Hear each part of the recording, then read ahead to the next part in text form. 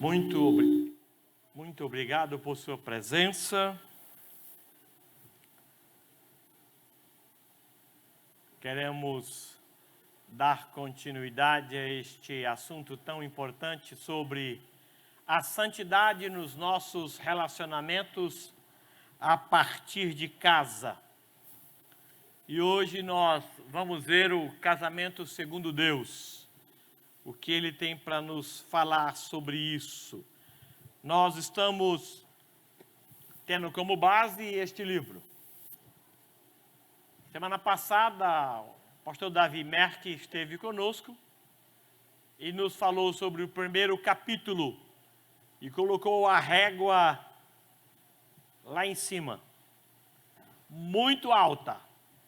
Eu nem vou tentar chegar ou pular a altura dessa régua. Então nós vamos estudar esse livro. Se alguém não o tem e deseja, por favor nos procure, dê o seu nome. Ele está entre 80 e 95, dependendo do dia, coisas assim, tá bom? Há uma taxa de transferência, então se nós conseguirmos um número maior, eu acho que essa taxa zera. Eu quero ler 2 vezes esse texto. Obrigado. Tá bom? Vamos orar, sejam todos bem-vindos. Temos gente aqui, temos gente em casa. Mas eu desejo do meu coração é que o estudo deste livro não seja teórico. Nós queremos ter coisas práticas, tá bom? Bem práticas, a nossa realidade dentro de casa. Então, você vai poder participar, vai poder aplicar, tá bom? Vamos orar? Senhor, muito obrigado por esse dia que o Senhor fez. Nós nos alegramos no Senhor que fez esse dia. Pedimos agora que esteja conosco para orientar o nosso coração, as nossas famílias, fortalecendo os nossos laços. Olhamos para o Senhor, porque é do Senhor que vem o nosso socorro. Abençoe, ó Deus querido, o estudo de Tua palavra ao nosso coração, transformando esta palavra em coisas bem reais na nossa vida. Em nome de Jesus. Amém. Amém. Versículo de número 22 até o 25. Eu vou ler do 18, que fica mais claro, em 2 versões, tá? E disse mais o Senhor Deus: não é bom que o homem esteja só. Far-lhe-ei uma auxiliadora que lhe seja idônea. Havendo, pois, o Senhor Deus formado da terra todos os animais do campo e todas as aves dos céus, trouxe-os ao homem para ver como este lhes chamaria. E o nome que o homem desse a todos os seres viventes, esse seria o nome deles. Deu nome o homem a todos os animais domésticos, e a todas as aves dos céus, e a todos os animais selváticos. Para o homem, todavia, não se achava uma auxiliadora que lhe fosse idônea. Então o Senhor Deus fez cair pesado sono sobre o homem, e este adormeceu. Tomou uma das suas costelas e fechou o lugar com carne. E a costela que o Senhor Deus tomara ao homem, transformou-a numa mulher e lhe a trouxe. E disse o homem: esta, afinal, é osso dos meus ossos e carne da minha carne. Chamar-se-á varoa, porquanto do varão foi tomada.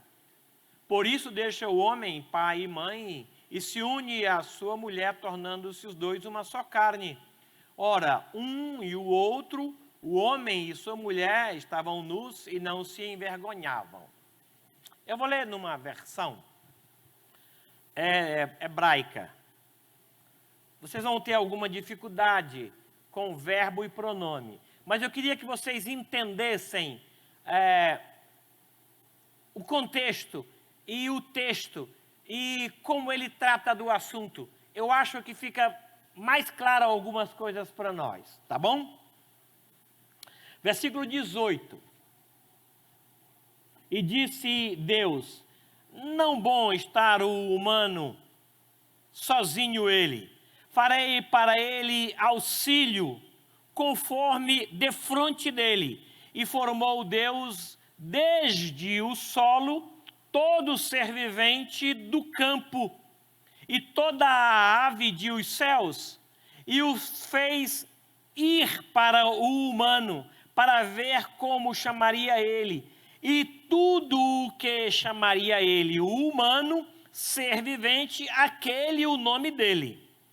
E chamou o humano nomes a todo o animal e a ave dos céus, e a todo o vivente do campo, mas para o humano não encontrou auxílio como defronte dele. Versículo 21. E fez cair Deus letargia sobre o humano, e pegou e dormiu. Uma deste as costelas dele, e fechou carne no lugar dela.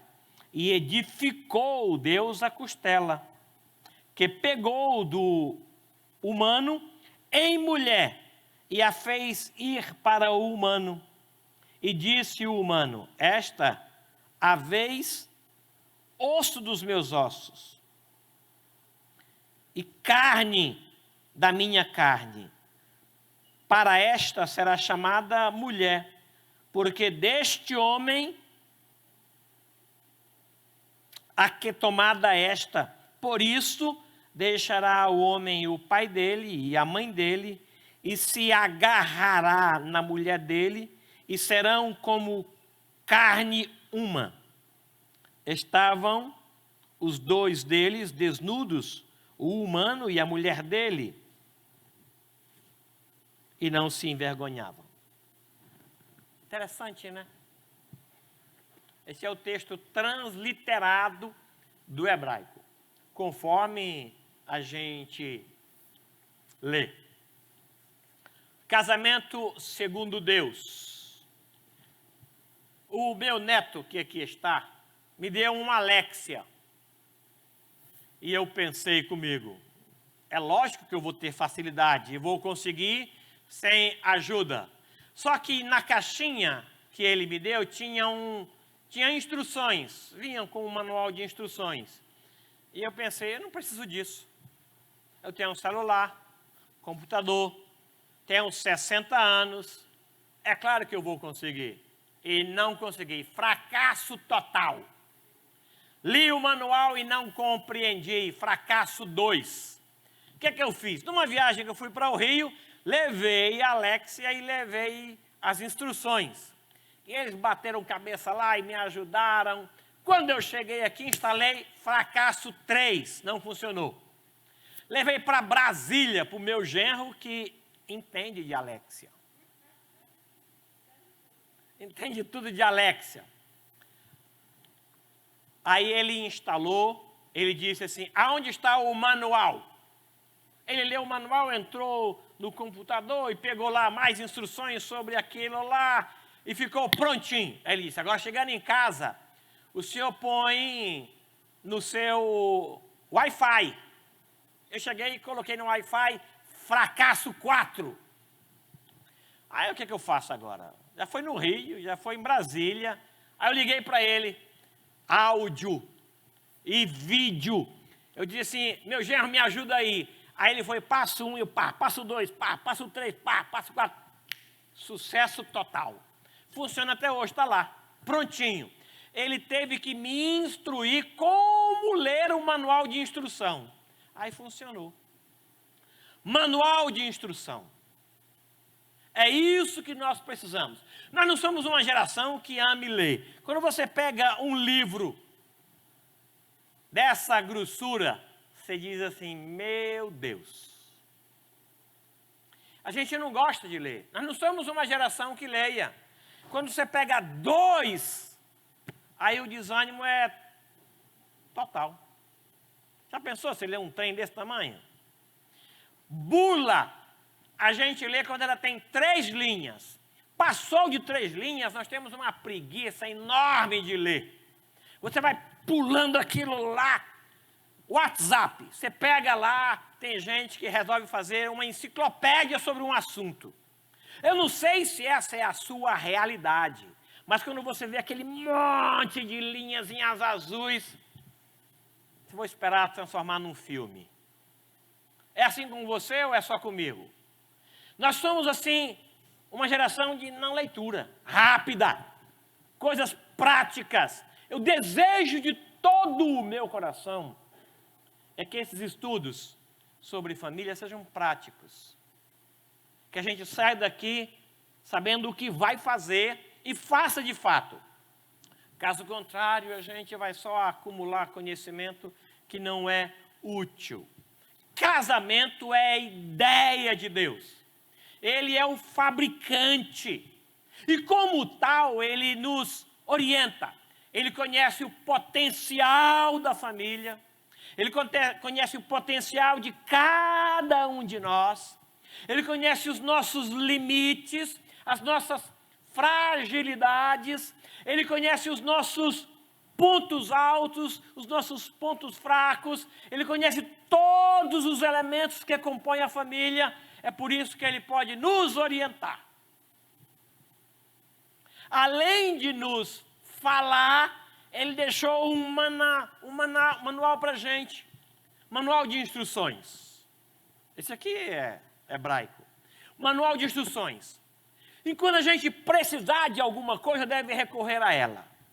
Ele nos deu a chave da dispensa. Ele nos fez dispenseiros da multiforme graça. Eu não sou a dispensa, não, mas eu tenho a chave dela. Eu passo por algumas situações em que eu não tenho a saída, mas eu tenho a chave da dispensa. Eu sou o dispenseiro.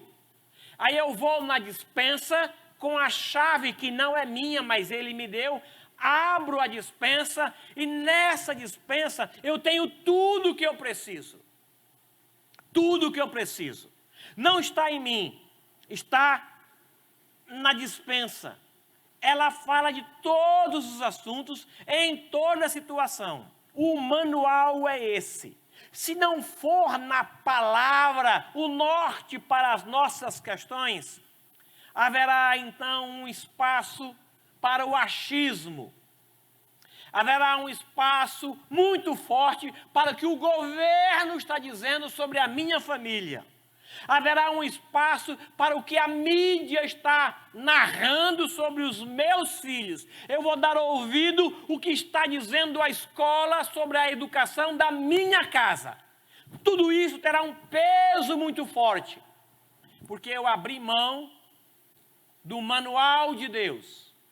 O que Deus está dizendo sobre esse problema? A palavra revela. Porque se eu não tiver conhecimento da palavra, esses achismos, o que eu acho, o que o meu pai falou, o que a televisão está me dizendo, o que o governo está contando, o que a escola narra, tudo isso terá valor e peso na minha casa. Casamento segundo Deus tem a direção dele mesmo para a nossa casa. O pastor Vinícius falou sobre o padrão de Deus para nós. Não diminua o padrão. Às vezes nós queremos abrir a porta para que as pessoas passem conforme elas são, folgadas. A gente abre o espaço e elas entram, mas não ficam. Às vezes nós queremos dar um jeito para que o evangelho seja barateado, a família seja barateada, para que as pessoas sejam agraciadas e fiquem, mas não dá certo. A porta é estreita e o caminho é apertado, mas é isso que conduz à salvação. Às vezes nós queremos conduzir a nossa família como o pai conduziu a sua e eu vi, ou o contrário do que o pai conduziu, porque eu acho que é muito duro, é muito irreal. Mas é a palavra o nosso norte. O que Deus está dizendo? Casamento segundo Deus pressupõe que existe casamento não segundo Deus. Entendem ou não? Casamento segundo Deus pressupõe que existe um casamento segundo a sociedade. Existe um casamento segundo as novelas. Existe um casamento segundo os meus interesses. O que fez você casar?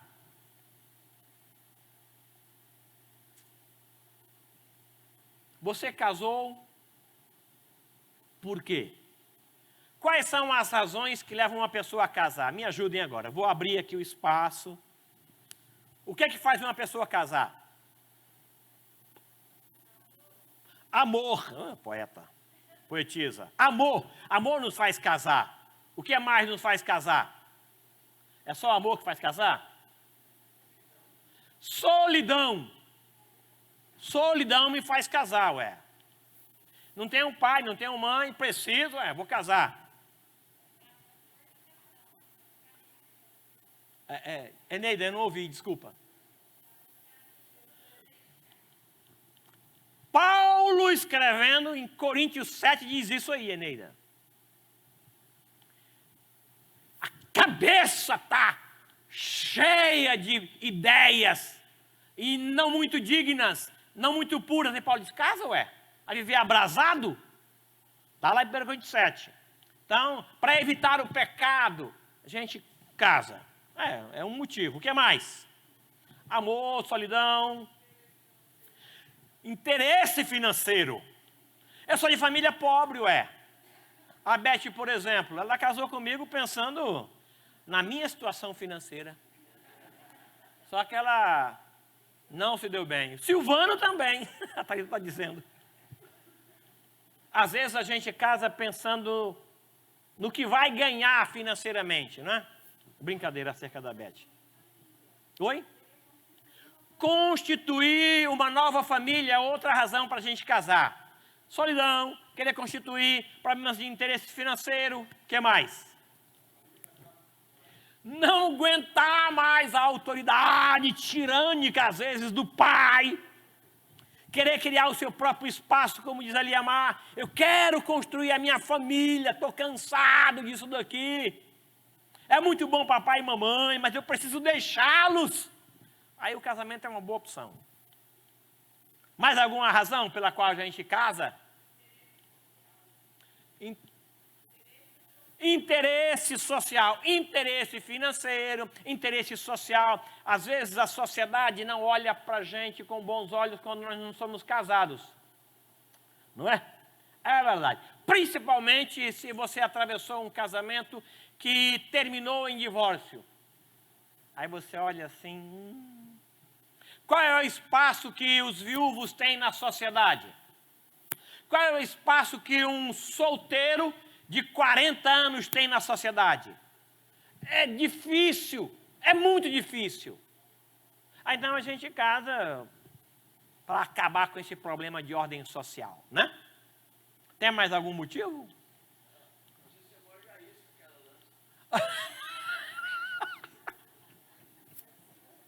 Boa pescadora. Funciona. Casamento segundo Deus. As instituições têm os seus parâmetros, a mídia tem os seus conceitos, o governo tem os seus interesses, eles traçam um parâmetro, mas a palavra de Deus nos orienta. Aqui, disse mais o Senhor Deus, não é bom que o homem esteja só. Não é bom. É bem verdade que, vez por outra, a gente precisa respirar o ar do silêncio. Não é? A gente precisa, de vez em quando, ir pescar sozinho. Eu não sou de pescaria. Mas você pega uma vara, um anzol, nem precisa de minhoca, gente, nem precisa. Você lança aquilo lá no laguinho e fica lá, Não vai sair peixe, mas você nem precisa de peixe, A melhor isca para pescar peixe qual é? Carteira, cartão de crédito, dinheiro. Você pesca qualquer tipo de peixe com isso. Então, quando você vai num lago, é para liberar, descansar. É isso. Então, nós precisamos disso. Não é bom que o homem esteja só. Deus disse isso. E é verdade, nós precisamos estar junto, de companhia, de comunhão, de família. Natal é excelente, inclusive, porque junta todo mundo em casa. Lá em casa tem 10 agora, minha família está aqui, ó. Fora os 2 netos menores que estão lá em cima.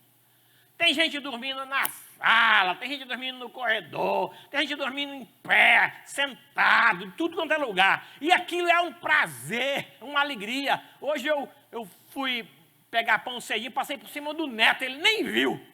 Literalmente, ele estava num espaço que não tinha como passar. Eu passei por cima dele e depois voltei por cima dele, coloquei o terno e passei por cima dele com o terno e tudo. Isso é bom. Isso é de Deus. Nós temos essa necessidade de comunhão, de crianças que quebram o silêncio e colocam tudo fora de lugar. Isso, nós precisamos disso, principalmente avô. Principalmente avô. Quando a gente estava num declínio já, pensando, ai meu Deus, essa vida não tem graça, que cansaço, aí vem os netos, aí a vida toma outro sentido, revigora. Isso é de Deus. E que bom que vem filho e depois neto. Porque se nós tivéssemos a opção, você ia preferir neto primeiro antes do filho. Aí seria um desastre. O mundo só teria avô e neto, não teria filho. Porque neto é alegria, é força, é vigor. É bênção de Deus. Quando a gente está já com os cabelos brancos, ou sem cabelo, ou já de óculos, ou sem ouvir, aí o neto vem e aquilo enche a tua casa de alegria. Pais, por favor, não privem os seus filhos de verem os avós. Deixa lá. Tira férias e deixa lá. Você vai ver que os netos vão ser criados na casa dos avós sem problema. Deixa lá e saia com a sua esposa 1 semana, 2 semanas. Deixa com os avós. Isso é bom para ele. Não é bom que o homem esteja só. Aqui, o pastor Davi, ele fala muito interessante sobre a realização do casamento. Deus, quando fez o homem, a mulher já estava dentro dele. Deus não fez o homem e depois a mulher, não. Ele fez dentro dele. A mulher estava dentro dele. Mas havia uma necessidade de que o homem sentisse solidão. Como disse a Eliane. Sentiu solidão. Uma vez que ele sentiu solidão, ele não tinha como resolver a solidão. E a solidão veio quando ele deu nome a todos os animais. Ele percebeu que todos os machos tinham uma fêmea correspondente à altura dele. Mas para ele não. E esse trabalho era muito exaustivo e cansativo. E o nome que o homem deu, esse nome ficou. É extraordinário isso. Deus não fez nenhuma mudança. O homem chamou a ema de ema. E disse, não fica bem não. Vamos chamar de dromedário. Não, ficou ema. Ficou ema. Lá vem o elefante, o homem disse, tem cara de elefante. Elefante. Aí Deus disse, vamos chamar ele de... Entendem? Não, o nome que o homem deu, esse nome ficou. Isso trouxe um cansaço, gente, porque tem bicho nesse mundo, hein? Tem bicho. E ele deu nome a todos eles. E ao dar o nome, ele percebeu que não tinha alguém igual a ele. Havia alguém superior, havia alguém inferior, mas não tinha alguém igual. E nós temos esta necessidade de alguém superior, alguém inferior e alguém igual. Temos essa necessidade. Quando o homem percebeu, Aí Deus então trouxe para ele a companheta aqui.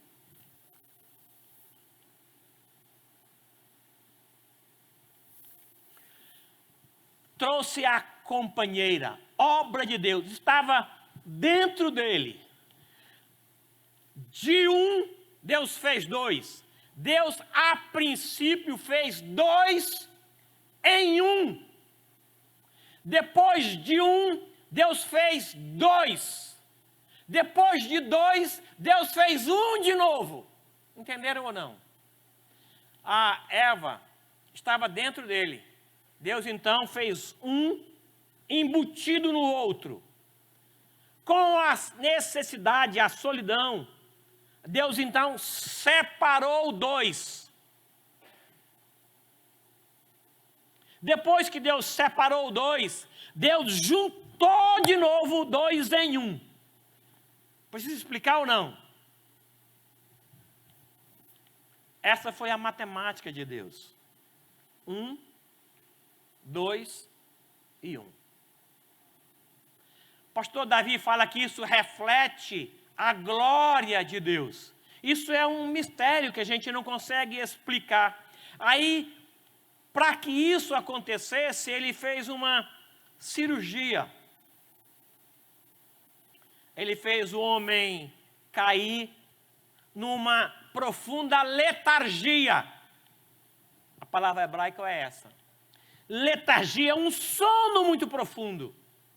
Aí Deus então abriu a costela, tirou a costela, encheu o lugar com carne, ele disse, edificou com carne, e da costela que ele havia tirado, nosso português fala transformar, mas o hebraico diz, edificou uma mulher.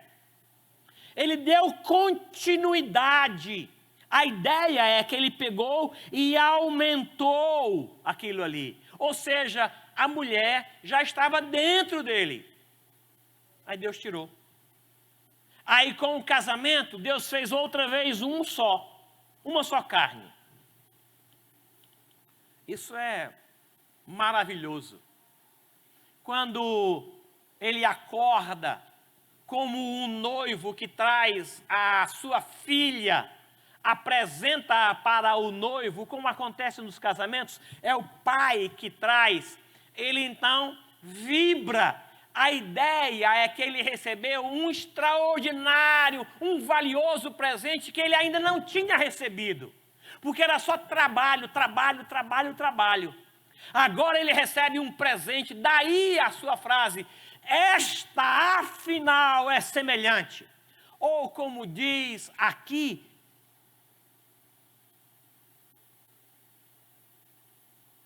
só um instantinho, alguém defronte dele, alguém defronte, alguém semelhante, alguém igual. Aí então havia uma alegria muito intensa, esfuziante. Aquele que criou o casamento para espelhar e para espalhar a sua glória, também disse ao homem, não é bom. Aí faz então alguém semelhante a ele. Não inferior, não superior, mas semelhante. E o ato da criação já revelou essa interdependência. Embora a mulher tenha saído do homem, o homem a partir daí sairia da mulher. É Paulo que fala isso em Coríntios, né? A primeira mulher saiu do homem. Todos os outros saíram da mulher. E nós não somos melhores, nem o homem é melhor do que a mulher, nem a mulher é melhor do que o homem, mas há uma ideia de complemento. Complemento. Ele fala assim, eu vou dar nome a ela. E é o único ser criado por Deus que leva a identidade de Adão é a mulher. Aí ele diz, eu vou chamá-la de Isha, porque do Ish foi tirado. Ou Varoa, porque do varão foi tirado. Ele dá o nome dele, a identidade dele para ela. O cavalo não tem a identidade do homem. O nome que o Adão deu ao cavalo não tem nada a ver com o homem, nada, nada. O nome que o homem deu ao macaco não tem nada a ver com o homem. Mas o nome que ele deu à mulher tem tudo a ver com ele. É a genética dele. Extraordinário. Aí então, ele vai celebrar os votos em seguida. A alegria chegou. Eu queria abrir um espaço para que vocês entendam a alegria dele aqui. Esta, afinal, é osso dos meus ossos e carne da minha carne, chamar-se-á varoa, porquanto do varão foi tomada. Deus fez ele dormir, fez a cirurgia, fechou o lugar e trouxe para ele. Quando ele acorda, estava o Criador e uma criatura, que não é a imagem dele, é a imagem do Senhor. Assim como o homem foi criado à imagem do Criador, a mulher, mesmo tendo sido tirada dele, é criada à imagem do Criador. Compreendem? A Eva não era a imagem de Adão, não, era a imagem do Criador. Ele apenas tirou de dentro dela. Então há um complemento. Há uma inter-relação de satisfação. Eles se completam, se juntam e se completam. E isso reflete a glória de Deus. É por isso que quando um viaja, o retorno do outro deve ser festa.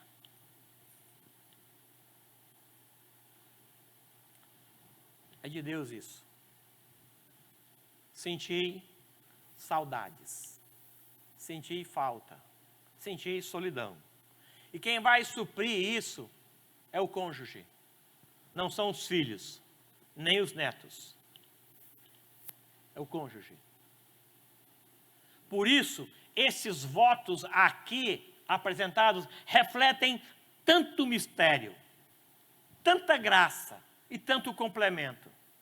Quando o cônjuge retorna do trabalho, no final do dia ou no final da semana, isso tem que ser celebrado. Celebrado. Eu estava num trabalho e durante o louvor, a Carol Nogueira estava tocando. Aí chegou o amado da sua alma. Ele atravessou o espaço todinho, passou na frente do pregador, não cumprimentou ninguém, foi lá na sua esposa, tirou a sua máscara e a beijou. Na frente de todo mundo. Lembra disso? Assim, que coisa boa. Que coisa bonita. Ele não tinha 3 anos que não via a esposa. Não tinha 3 dias que não via a esposa. Não, acho que de manhã, ou meio-dia, não sei. No dia da serenata, meio-dia. Então estiveram juntos meio-dia. Ele poderia não sentir saudade a ponto de querer cumprimentá-la. Mas nós sentimos isso, e isso deve ser celebrado. Isso dá sentido. Os filhos, ao verem isso, serão fortalecidos na família. Esta, afinal, ele disse isso na presença do Criador. Ele se alegra na presença do Criador com o presente que o Criador lhe deu. Quem acha uma esposa, acha um tesouro. Então, os votos revelam esse compromisso de identidade. Ele se identifica com ela. Mas também existe uma declaração de complemento e interdependência. A Beth tem diferenças muito grandes de mim, muito grande, mas nós nos complementamos. Dizem que os diferentes se amam, É verdade. Os iguais se amam. Quem nasceu do amor de Deus, como disse o pregador ontem, tem em si a possibilidade de amar os iguais, de amar os diferentes. E não tem nenhum diferente mais amável para mim do que o meu cônjuge, do que a minha esposa. Depois de fazer todo aquele trabalho, o Senhor o recompensa. E essa declaração que é feita aqui como votos é de uma beleza extraordinária que o português não revela tanto. Não há tanto peso assim. Mas o nome que ele dá a ela revela complemento e dependência mútua. Nós dependemos um do outro. Outra coisa interessante aqui é na declaração de casamento. Uma vez que o Senhor fez ele dormir e depois tirou a costela e edificou uma mulher daquela costela, quando o homem acorda ele fica alegre demais, ele celebra a chegada do seu cônjuge, aquilo é extraordinário. Uma vez que o homem faz os seus votos, aí entra o oficiante, aí entra o pastor, entra o pai da noiva, que é o pai do noivo. Aí então ele faz a declaração oficial do casamento. Olha só. Por isso, por conta do que ele falou, por conta do que foi transformado, por conta dos votos realizados, por isso deixa o homem pai e mãe e se une à sua mulher, formando os dois uma só carne. Aqui, a declaração do oficiante é uma declaração perfeita, ampla em 3 áreas. A primeira delas é de exclusividade. Deixa o homem pai e mãe. Esta exclusividade é exigida por Deus e não pelo cônjuge. Eu vou repetir. Quem exige exclusividade é o Criador. Nenhuma pessoa na face da terra merece mais o meu amor do que o meu cônjuge. Pode até ser que o meu cônjuge não seja uma pessoa tão amável assim, mas ela vai receber todo o meu amor, todo o meu esforço e todo o meu investimento. Uma vez eu falei para o meu sogro, eu vou fazer tudo para que a sua filha seja uma pessoa mais alegre do que o que ela era antes, sob a sua tutela. Eu transmiti segurança para ele. A Beth tem exclusividade. Pergunte para os meus 2 filhos que estão aqui, eles conhecem essa história. Eles eram pequenos e a gente fazia a leitura da Bíblia e cantava algumas coisas. E eu contei uma história para eles. Se eu entrar num barco em um lago para atravessar com o meu filho, com a minha filha e a minha esposa, para o outro lado do mar, o outro lado do lago, o outro lado da margem, e no meio do lago eu perceber que o barco tem um buraco, e esse buraco não vai me permitir chegar com a família toda do outro lado. Pergunte para eles quem eu salvo, se eu posso salvar uma só pessoa. Eles vão dizer o quê? Salvo a Beth. Não salvo eles. Porque ela tem primazia. Para mim ela tem primazia. Por várias razões que eles conhecem. Com ela, eu posso conseguir 10 Delostenie. 10 Talita, Talita 1, Talita 2, Talita 3, Talita 4. Posso conseguir 20? Ué, o meu avô conseguiu 19 com uma mulher só. O avô da Beth conseguiu 29 filhos com uma esposa só. Ué, é fácil, todos os anos um. Você descansa 2 meses ainda, é tranquilo. Pronto, acabou-se. Entende? Agora com 19 filhos, você não consegue uma esposa que seja.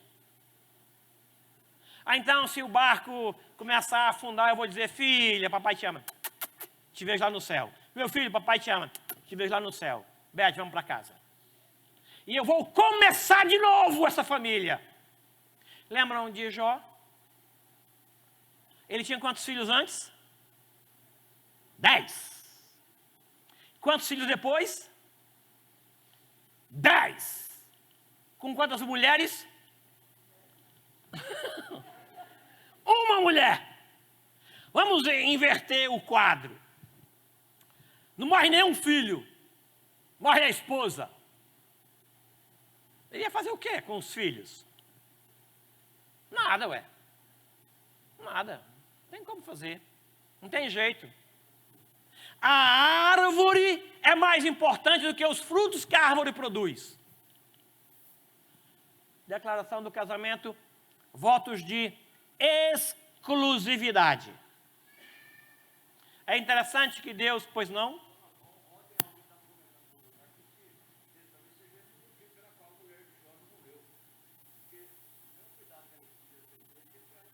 Aleluia.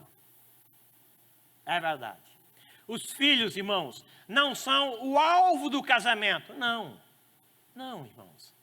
O alvo da família não é isso. Na aliança de valores de Deus, é diferente. Vem o pai, a mãe e os filhos. Os filhos são o resultado, não são o alvo. Às vezes eu percebo que pais brigam entre si por causa dos filhos. Esses meninos nunca me viram brigar com a Beth, nunca! Aí você pensa, nunca brigou? Claro que eu briguei. Eu briguei tanto que eu reservei briga para a semana seguinte. Beth, já brigamos muito essa semana, vou deixar para a próxima semana. Mas eles nunca viram, nunca! Porque o lugar da briga na nossa casa é lá no quarto. Lá a gente briga. Nunca permiti que nenhum deles desrespeitasse a mãe. E que bom eu vou dar a lição na cara deles, porque eles são testemunhas disso. Não são uma família perfeita, e eu sei, e eles sabem disso. Mas a primazia lá em casa é da Beth. É da Beth. Eu nunca permiti que eles dormissem na minha cama. Agora os netos podem. Neto, gente, é outro negócio. A gente não dá para entender esse trem, não. Nunca deixei um filho dormir. Uma época, não sei se os dois estavam doentes, aí ficou um pouquinho na cama, um pouquinho, dormiu, eu pego lá e levo lá para a cama dele. Agora o neto, acredite, a gente dorme quase que caindo, mas satisfeito porque eles estão ali na cama. É diferente, é outro padrão. Eu não consigo explicar isso. Exclusividade, mas também é uma declaração de fidelidade. A ideia aqui é de que unir a sua esposa, esse deixar é a declaração de exclusividade. Os filhos não são nossos, são do Senhor. Eu não crio para mim, eu crio para uma outra família. Eu vou trabalhar o meu filho para outra família. Eu vou ensinar os princípios de Deus para que ele constitua outra família. O meu filho, ele é da minha família enquanto ele não casa. Porque quando ele casar, ele vai me deixar para constituir outra família. E esse deixar é geográfico, financeiro, espiritual, emocional, tudo isso daí. Ele precisa sair. Eu conheço muitas filhas que levam o pai para a sua casa, levam a mãe para a sua cozinha e ficam comparando. Minha mãe cozinhava muito melhor. Pode até ser, mas essa agora é sua. Celebre isso. O meu pai era tão organizado com as finanças, muito mais do que o meu marido. Pode ser verdade, mas esse homem agora é o seu provedor. Você deixou o pai e mãe. Se não deixou, precisa deixar urgente, para ontem, porque senão não haverá o unir-se. Para que eu possa chegar à declaração de fidelidade, eu tenho que entender a de exclusividade. Exclusividade é deixar. Eu preciso deixar. Pais, ajudem os seus filhos a deixarem a casa paterna. Ajudem. Caso contrário, eles vão ficar na dependência emocional, financeira, afetiva e espiritual. Quem disse isso foi Deus. Por isso deixa o homem pai e mãe. Eu trago o DNA dos meus pais comigo. Está comigo o DNA dele. Mas eu vou deixar, abrir mão da minha história com o meu pai para constituir uma nova família. Unir-se é uma declaração de fidelidade. A palavra é dabar, é colar, grudar-se, apegar-se de tal forma que não tem mais como separar. Essa é a palavra do hebraico. Agarrar-se-á, seguir de perto, colar totalmente, dabar. É isso que vai acontecer. Isso é uma declaração de fidelidade. Casamento segundo Deus traz essa história de deixar e de se unir. Uma aliança irrevogável. Mas também uma declaração de intimidade. O que acontece na sociedade é que a declaração 3 vem acima da 2 e em cima da primeira. Nós não deixamos pai e mãe, os levamos para nossa casa, comparação. A gente faz isso, às vezes sem querer. Precisamos deixar pai e mãe. Eu preciso me unir ao meu cônjuge para que eu possa formar com ele uma só carne.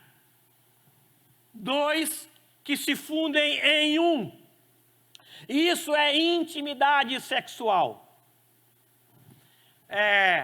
Sexo não é um toque físico. É um toque de alma. Já pensou nisso?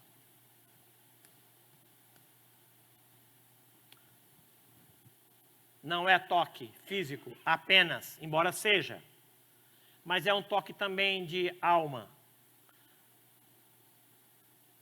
A minha alma se ajunta à alma do outro. Mas é uma bênção espiritual de Deus. Final do dia, chega em casa e ele diz: agora sim! Essa é a final! E deve ser celebrado isso. Deixar, unir e se formar.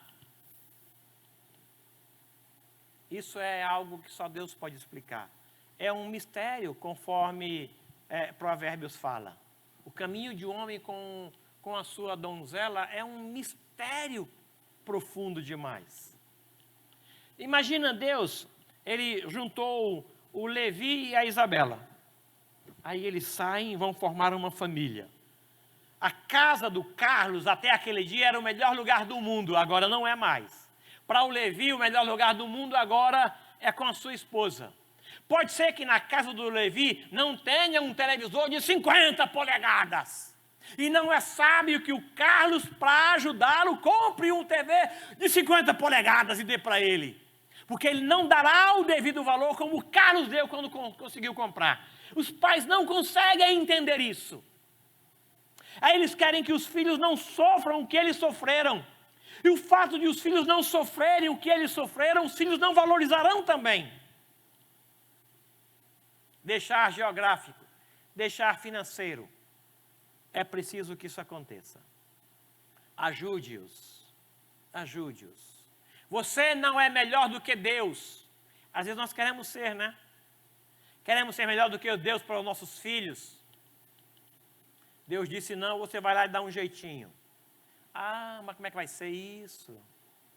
Ele não tem a estrutura que eu tenho, ou que eu tive. Eu vivi melhor do que os meus pais viveram. Não tenho dúvida disso. Não tenho dúvida. De que o Senhor me deu mais bênçãos do que deu ao meu pai. Mas eu não posso levar isso para os meus filhos. Eles precisam experimentar o suor para valorizar o trabalho deles. Eu estou ali, na retaguarda para dar apoio.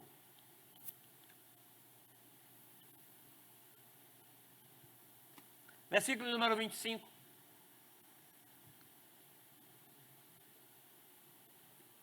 Ora, um e o outro, o homem e sua mulher, estavam nus e não se envergonhavam. Primeiro, deixar. Segundo, agregar-se, unir-se, colar. Depois, como resultado do deixar e do unir, uma só carne. Celebração. Não o contrário. Aí sim a renovação dos votos, a celebração da aliança ou as núpcias. Ainda a palavra é do Senhor. E isso é um ato de espontaneidade e um ato de liberdade. Estavam nus. A única pessoa que conhece as manchas do meu corpo é a Beth. E eu não me envergonho disso. Ela conhece os meus defeitos e não me envergonho disso. Ou seja, o homem e a sua mulher estavam nus. Isso dá-nos uma ideia de inocência, dá-nos uma ideia de transparência e uma ideia de intimidade. A gente não tem vergonha do cônjuge. Não. Mas o que é secreto deve ficar secreto. Abra a sua Bíblia em Cânticos, por gentileza, 4, versículo 12. Estavam nus e não se envergonhavam. Quando entrou o pecado, aí veio a vergonha, inclusive um do outro. Eles cobriram-se de figueiras, folhas. Eles deram um jeito de cobrir a nudez, porque a nudez agora era vergonha, que antes não era, porque havia inocência. Cânticos 4:12, quem quer ler para a gente? Só um. Obrigado.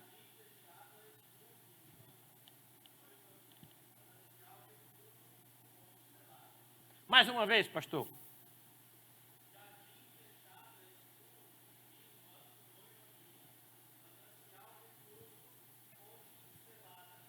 Estavam nus e não se envergonhavam. Inocência, transparência, intimidade, sem vergonha. É um jardim fechado, ninguém entra. Não tem espaço para uma terceira pessoa. Não cabe. Então, aquilo que acontece na intimidade deve ficar na intimidade. Aquilo que acontece quando vocês estão nus deve só pertencer a vocês e a ninguém mais. Ninguém entra, ninguém sai. É fechado. Lembram da arca? Quando o Senhor Deus falou assim, olha, calafeta com betume, por dentro e por fora. Calafete o seu casamento por dentro e por fora. Passe, piche, betume, nada de fora entra, nada de dentro sai. É um jardim fechado. Nem os filhos entram, ninguém. Ninguém participa desta intimidade. Ninguém.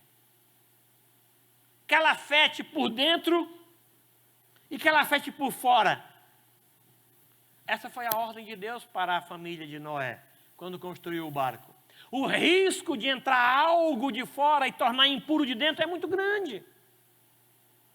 Quando eu fiz o casamento da Thalita, o texto que nós lemos para o casamento foi: construa um muro, lá em Reis. Quando for casar, construa um muro de parapeito para isolar a sua casa da outra casa. É esta a ideia. Por conta disso, esses votos precisam ser renovados todos os dias, ou em alguma ocasião. É por isso que datas a gente não pode esquecer. Como é que está a sua casa? Como é que está o seu relacionamento? Como é que está a sua família? Vocês dois, como é que estão? Eu queria chamar você para fazer a renovação dos votos aqui. Deixar, unir e se tornar uma só carne. Celebrar a chegada do cônjuge. Celebrar. Que bom que você chegou. Estava sentindo falta. Que coisa boa. É isso mesmo. Tem que ser celebrado. Mesmo que seja 2 horas ou 2 dias, eu não sei. Tem que ser celebrado.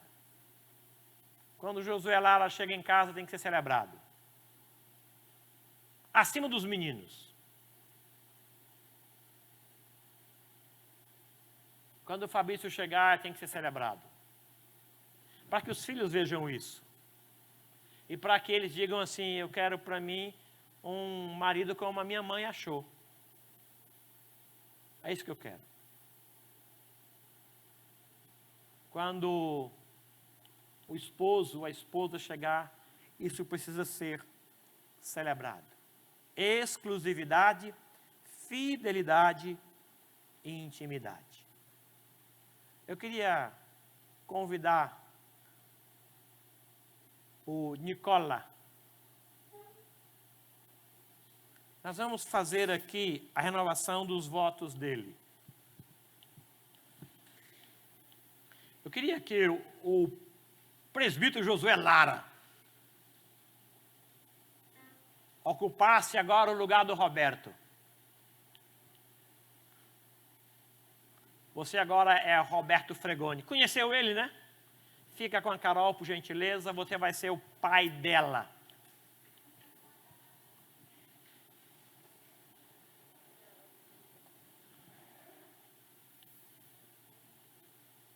Isso precisa acontecer sempre. Num casamento que eu realizo, eu tenho a preocupação de não falar só para os noivos, mas falar para todos os pais, para todos os casados e para os solteiros. Por favor.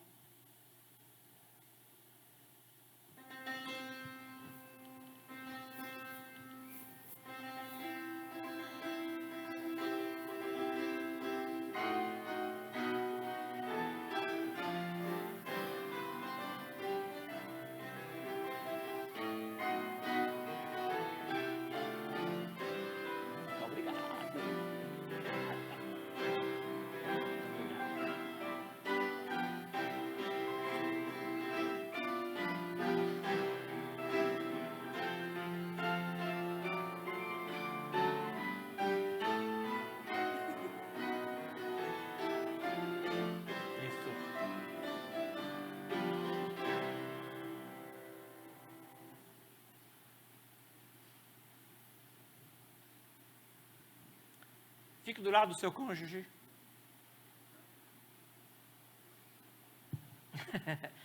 Os que puderem. Eu quero renovar a sua aliança. Pode parecer simples, mas é muito profundo. Eu queria que a minha esposa estivesse comigo aqui à frente, por favor. Ela é secretária e não pôde ficar esse momento comigo.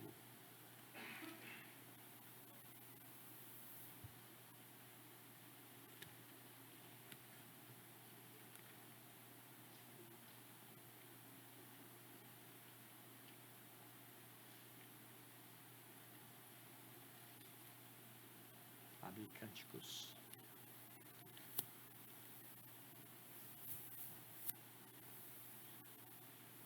Versículo 6 de Cânticos 1 diz assim: Não olheis para eu estar morena, porque o sol me queimou. Os filhos de minha mãe me puseram por guarda de vinhas.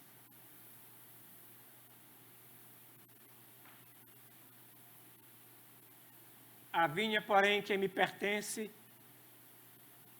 não guardei. Eu vou ler mais uma vez. Não olheis para eu estar morena, porque o sol me queimou. Os filhos de minha mãe se indignaram contra mim e me puseram por guarda de vinhas. A vinha, porém, que me pertence, não a guardei. Quando eu começo a guardar outras vinhas que não é a minha, eu descuido da minha vinha. A minha vinha atende pelo nome de Elizabeth. Eu dei o meu nome para ela. Eu dei a minha identidade para ela. E ela saiu da minha costela. Literalmente não, mas saiu de dentro de mim. Era o que eu sonhava, era o que eu queria. E eu posso construir com ela uma família, um relacionamento. Ela tem primazia, ela tem prioridade, tem exclusividade e a minha fidelidade. É esse o plano de Deus, é esse o casamento segundo Deus. E os filhos que virão de nós dois serão resultados disso, não objetivo, serão frutos disso. E eu vou criá-los e eles vão embora. E no Natal voltam. Que coisa boa, é só no Natal. E que coisa boa, só é uma vez por ano. Isso é bom. É de Deus. Não é? Porque senão a casa teria quantas pessoas? 1 milhão de pessoas dentro de casa? Não teria jeito, é. Deus fez tudo sábio e correto. Eu quero renovar agora os seus votos. Por favor, se você assim o quiser, pegue o anel da sua esposa, ponha na sua mão.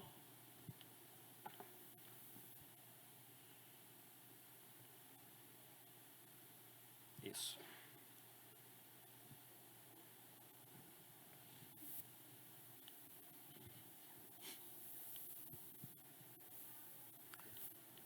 Pegue o seu anel e ponha no seu cônjuge, tá? Ou você vai dar o seu anel para o seu cônjuge e o do seu cônjuge fica com você. Eu vou orar. Tá bom? Senhor, como ministro do Evangelho, oficiante deste casamento que me pertence, eu quero em nome de Jesus abençoar a minha aliança com a minha esposa. Assim como esses irmãos também pedem a mesma coisa. Por favor, os abençoe e nos abençoe, em nome de Jesus. Amém. Amém. Coloque no dedo o anelar, por favor.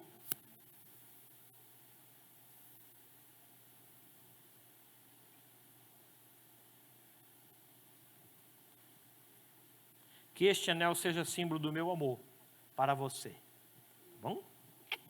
Agora, o contrário, tá bom?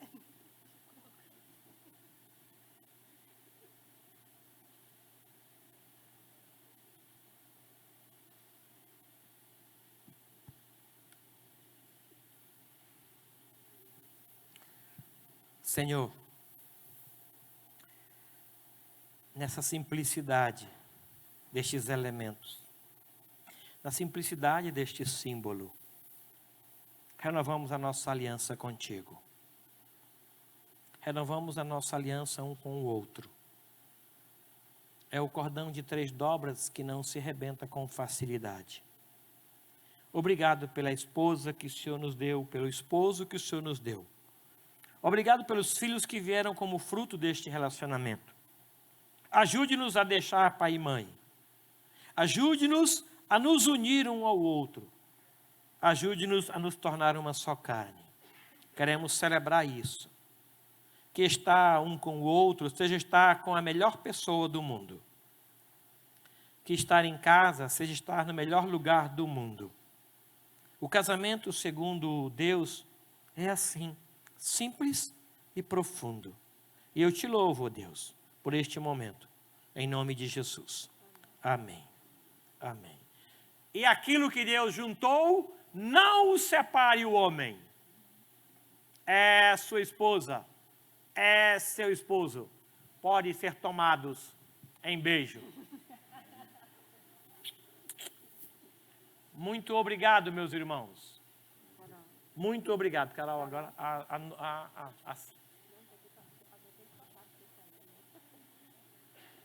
Beth vai tocar. Eu.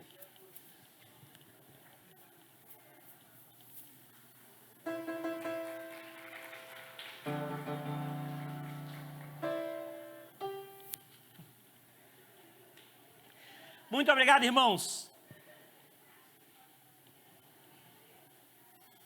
Olha só.